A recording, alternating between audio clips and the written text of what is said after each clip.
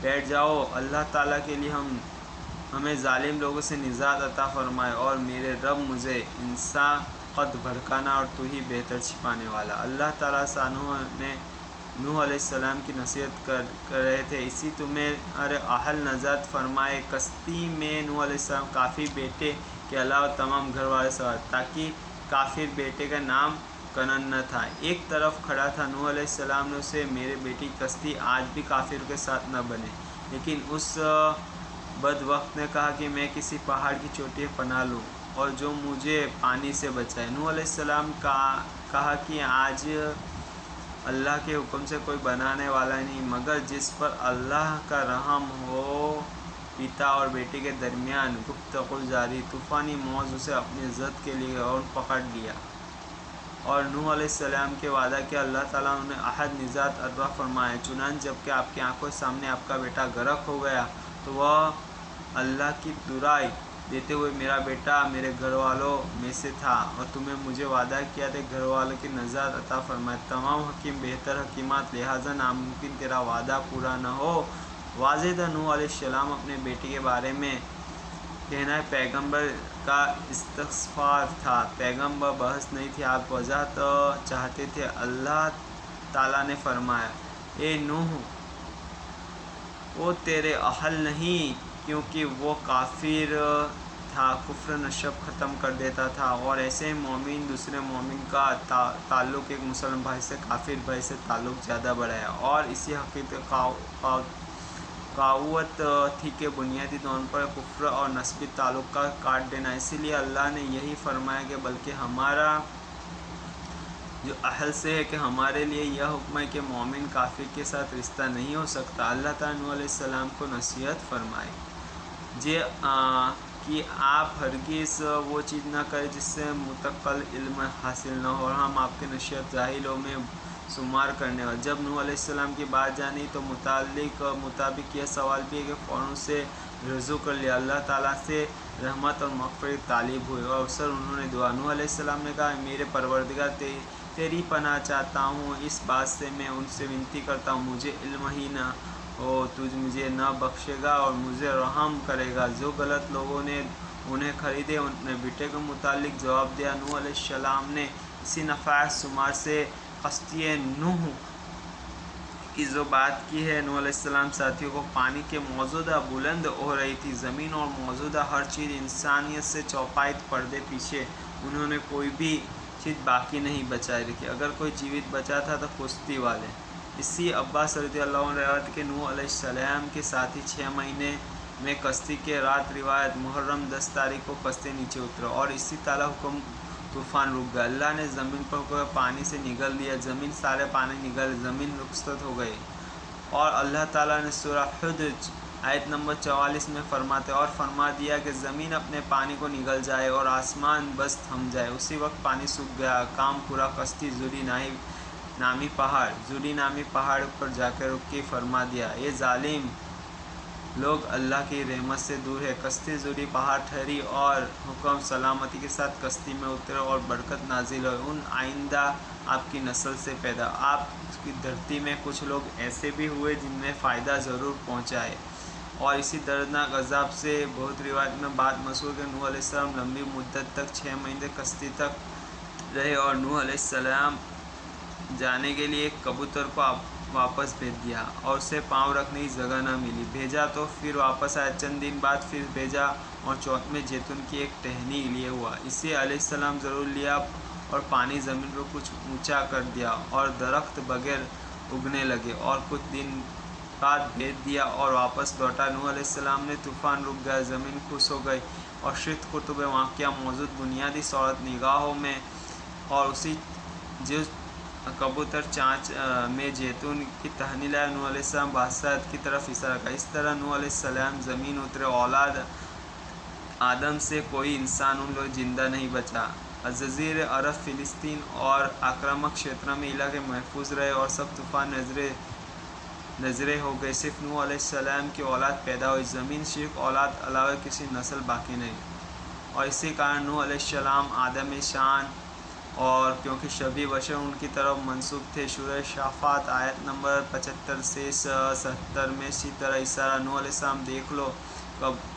کہ ہم نے کیسے اچھا دعا قبول کری اور اس فرمایا مجھ بھی بچا اولاد باقی رہنے والی بنی۔ اور دوسرے مقام تعالیٰ فرماتے ہوئے اولاد انہیں نوح علیہ ان لوگوں کی اولاد ہو جنہیں ہم نے نوح علیہ السلام کے ساتھ چڑھایا، بڑا ہی شکر گزار تھا۔ اور نوح علیہ السلام کتنے بیٹے تھے؟ آپ کو یہ پرشن ہوگا۔ تو نوح علیہ السلام کے بیٹوں کے نام کچھ اس طرح: نوح علیہ السلام کے 4 بیٹے، جب ایک سیلاب میں ڈوب گیا 3 کشتی میں تھے، ان کا نام یہ ہے: سام، حام اور یافت۔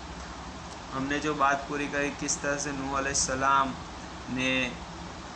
اللہ کی دعوت چلائی، کچھ لوگوں نے ایمان قبول کیا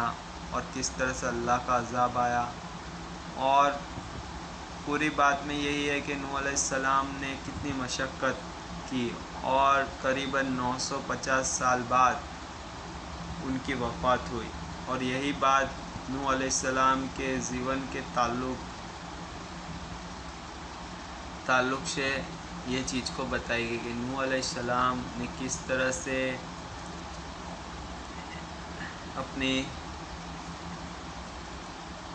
اپنے جیون کی جو باتیں ہو وہ بتائی گئی ہیں۔ اسی کے ساتھ ہم آگے دوسری اور ایک پیغمبر کی بات لے کے آئیں گے۔ فی الحال کے لیے اللہ حافظ۔